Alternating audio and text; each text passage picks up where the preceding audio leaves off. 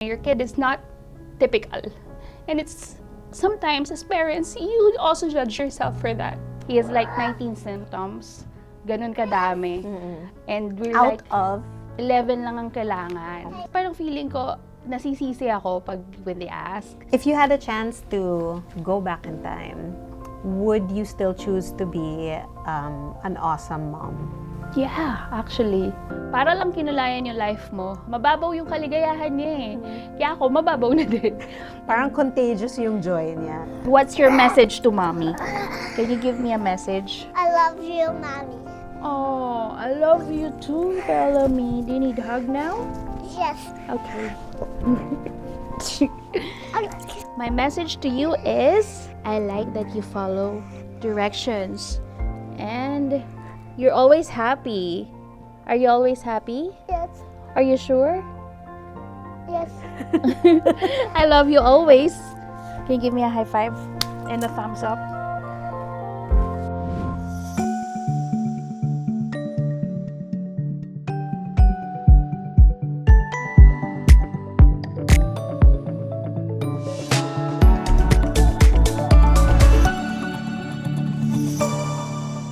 Hi, Mommy Jen! What's your name? Bellamy. Oh, hi, Bellamy. My name is Jem, and I'm 38 now, and I wear a lot of professional hats. Like I am an Wait, EMT, what? so I'm an That was emergency so good. medical technician, and I'm also a patient navigator in a cancer wellness center, and I do freelance work as well. And Bellamy is 6, and he's been diagnosed with ASD since he was 20 months. How did you think about getting an assessment for autism? Actually, it wasn't me. It was his general pediatrician when he was 1, because he had no words talaga. Nothing, like he doesn't even do babble. But he's very energetic. I told my husband, and then we said we can wait it out. Next checkup, the pediatrician asked me, "Did you bring him already?" And we told her we're gonna wait it out. And she told me, hindi ko naman sasabihin sa'yo pag wala akong nakikita. On that check-up, mas marami na siyang napapansin. He doesn't have eye contact na. At that point, ang mahal pala ng assessment, iniisip ko, wait it out pa naman, parang hindi pa ano. Eh, nung nagtitiptoe na siya, buong day, titiptoe, tapos ikot-ikot, tapos sabi ko, parang familiar to. I saw parang a nephew of my mom na gano'n, or a friend niya ganyan, na may autism nga. Magtanong nga ako sa friend ko kasi nakita ko yung friend ko sa DevPed. Tapos sakto nga, when I asked her, she told me na, alam mo, hinihintay kitang lumapit sa akin kasi napapansin niya through social media posts and stories. Hi guys, it's Bellamy again. So today we're reading Why Should I Say Sorry? I think if it wasn't that DevPed talaga, mas matagal pa namin na-process. Did she mention kung ano yung napansin niya in your stories? Hindi ko na-explore yun sa kanya. Pero she was telling me na because my firstborn, I bring him to the same hospital where she works. So whenever we go there, lagi niya tinatanong sa akin, dala mo ba si ano? Kasi she wanted to see him face to face and confirm. That's when she opened na you can actually diagnose someone as early as 6 months. My husband and I were not ready to hear it. I think kasi nararamdaman niya it's not easy with us. So when we went back to her, that's when she confirmed. And she explained na the first time she met us, he has like 19 symptoms. Ganun kadami. And we're Out like, of? 11 lang ang kailangan. Yung husband ko was like, sino ba nagsabi na dapat ganyan, yan yung normal? What if yan yung normal? Parang ganun. So we were kinda, it was really a difficult thing to accept. And so you mentioned kasi na you weren't ready to hear it then. So how were you guys feeling about your friend mentioning it to you? She was our doctor na then so I trust her professional input. Kasi yung husband ko parang sa ilang beses lang na nakita, ganun na. And I'm like, sige, let's just do the therapies and see if ganun talaga. Nare-realize ko habang nagte-therapy, oo nga, no, hindi ko tuloy experience sa ibang, dun sa, elder ko. And I'm like, wala nga siyang eye contact, no, parang ganun. Tapos doon ko na-realize na, oo nga, I think it is. Tapos yung difficulties na naranasan ko with him when he was born, na very fussy, naisip ko, hindi pala kabag yun. Ayaw niya kumain agad at 6 months. Part din pala siya. And then I felt very guilty kasi pinipilit ko siyang kumain. And I think he got traumatized with the fork. Like, sana alam namin siya earlier para siguro mas easier yung relationship niya with food. Can you talk about the feeding transition that you had? So 6 months, di ba, we expect kids to eat 6 months na. Solids. Sa kanya, iniiwasan niya yung spoon. Tapos parang whenever the spoon approaches his mouth, talagang niya, tapos pipilitin namin, and hindi pala okay yon. We got assessed na we were doing therapy, may mga massage.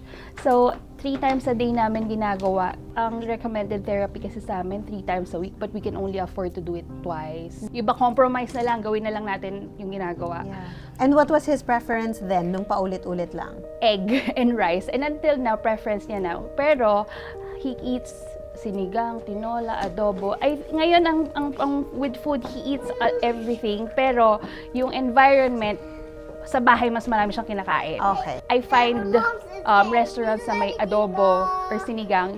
Tapos sinasabi ko, yung presentation, pinaka-simple lang. So how did your therapist describe yung hindi nyo malapit yung spoon or yung finger nyo? Ang unang sinabi niya, we need to desensitize. Kasi hindi ko nagigets what's the massages for.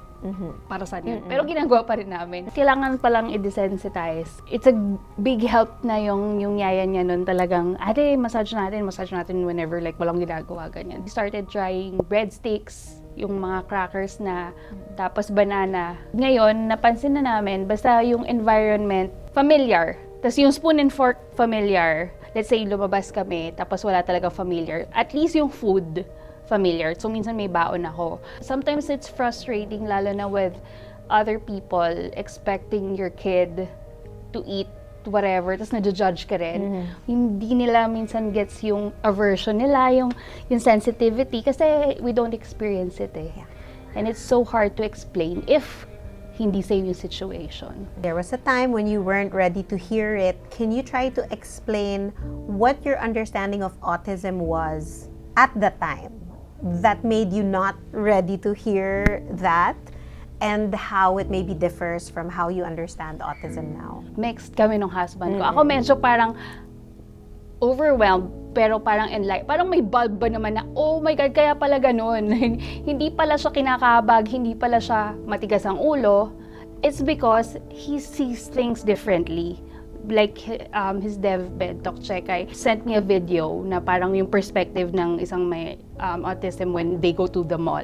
And I'm like, kaya pala siya ganun ng ganun. Yung ganun. Tapos, my firstborn has cancer. So for me, I'm like, oh my God, it's nothing serious or life-threatening like that. Ang daming arguments nun. Kasi parang siya, bakit ina-accept mo na? Parang sino nag-judge or parang sino nagsabi na ito ay hindi normal? Out of ilan, parang I guess yung grasp lang niya na parang feeling niya, it changes your kid. Para bang yung perspective ng ibang tao na your kid is not typical. And it's sometimes as parents, you also judge yourself for that. Ako naman, since I already am going through a really difficult one na walang solution, hindi ko talaga controlled. Like, my firstborn cancer was incurable. Yung kanya, I was like, hey, this is something we can work with. Merong way of life, and it's not life-threatening. Ang takot ko lang nun is, will he even adapt? Parang will it work? Yung hindi lang pala yung pagpumunta ka sa therapy, yun na yun? Hindi, kasi you have to do your part talaga eh. Now when you go home, it has to be consistent. Everybody around him has to understand we do this. Yung word na abnormal, words are so powerful. When we hear someone na autistic, para bang ang sama-sama na ng pakinggan. Through the years, I actually hindi na ako nababother. Siya, sabi niya, I'm Bellamy and I'm autistic. It doesn't bother him. It just describes what, condition he has or what kind of how he processes things. What therapies are you doing now? Now we're just doing ABA.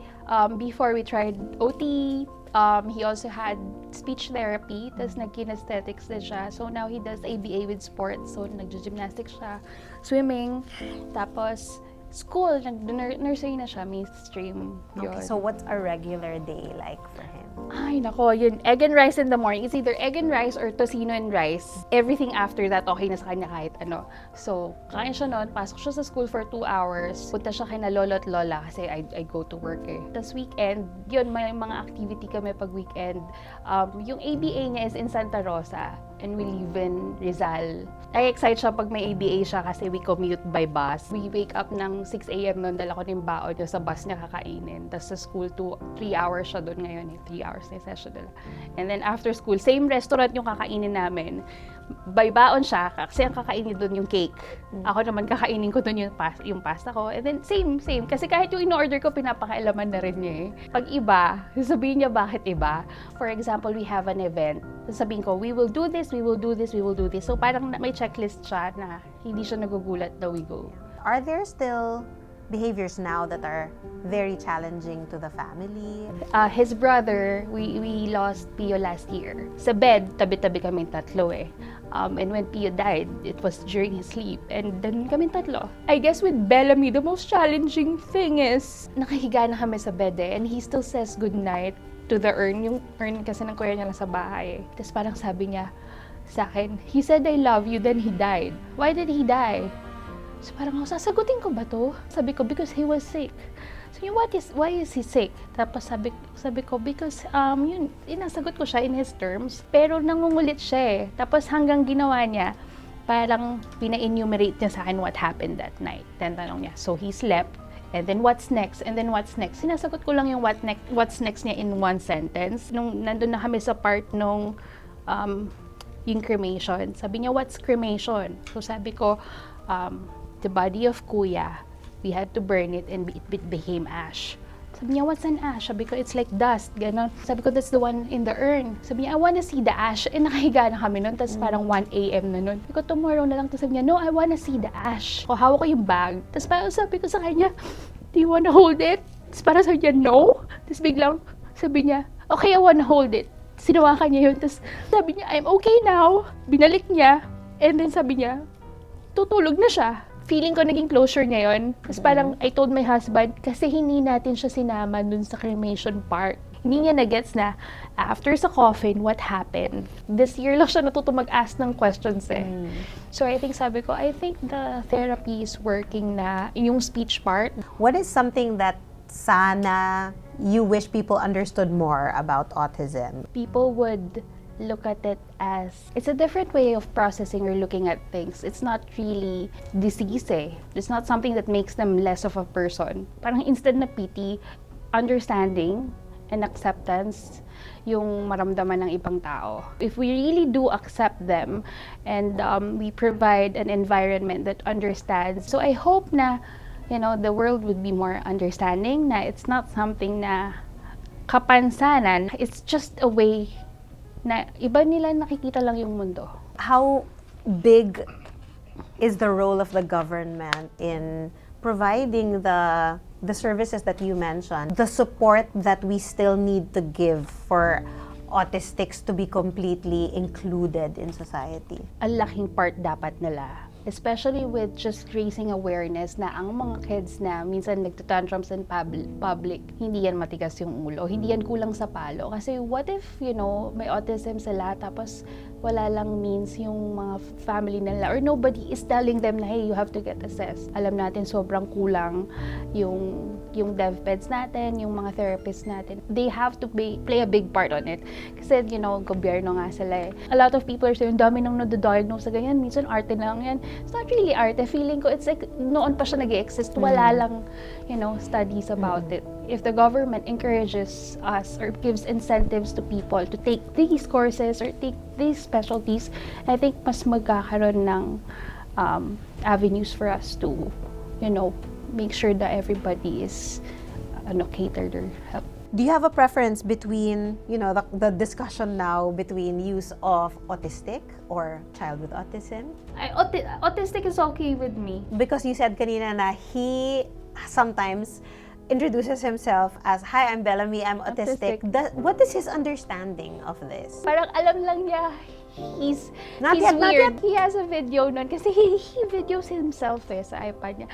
Parang may siya doon intro na, "Hi, I'm Bellamy, I'm autistic and I'm weird and I'm cool." Has there been anything hurtful said about your child? Takot na takot yung mga tao. Ayoko manood nung ganyan kasi baka magkaganyan yung anak ko, yung ganun. Tapos parang sometimes people ask me what I did during the pregnancy. Parang feeling ko, nasisisi ako when they ask. Unless we're trying to find a cure, what's the point of asking for the cause? If you had a chance to go back in time, would you still choose to be an awesome mom? Yeah, actually, taking account into everything that I went through with his brother, like opposite sila. His brother is very serious, very yung nangyari with the cancer and all, and autism, it's like, para lang kinulayan yung life mo, mababaw yung kaligayahan niya eh. Kaya ako, mababaw na din. Parang contagious yung joy niya. Yes.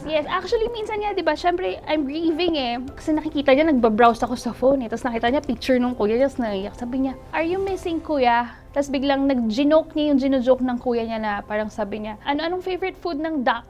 Sabi ko, hala, i-joke na naman niya. Kwek-kwek. Kasi kwek-kwek. Inuulit niya. And I'm like, sabi ko, paano ka naman iiyak dito? Kasi may ganito. So parang sabi ko, grabe yung empathy niya. It's so nice to hear you say na grabe yung empathy niya because it's one of the more common accusations toward autistics na kulang sila sa empathy, wala silang empathy, but then you hear stories na might change our minds na hindi typical yung pagpakita nila sa atin ng empathy nila, and it just opens our eyes. Or hindi natin nagigets how they communicated with us. For example, his kuya's favorite donut is strawberry. He still orders yung strawberry sprinkles pero hindi niya kinakain. Lalagay lang niya sa ref. Can we ask you a question? Yeah? Other question. What's your message to mommy? Can you give me a message? I love you, mommy. Oh, I love you too, Bellamy. Do you need a hug now? Yes. Okay. My message to you is, I like that you follow directions and you're always happy. Are you always happy? Yes. Are you sure? Yes. I love you always. Can you give me a high five and a thumbs up? Yay! Thank you for spending time with us. This video is sponsored by Milo Speech Buddy.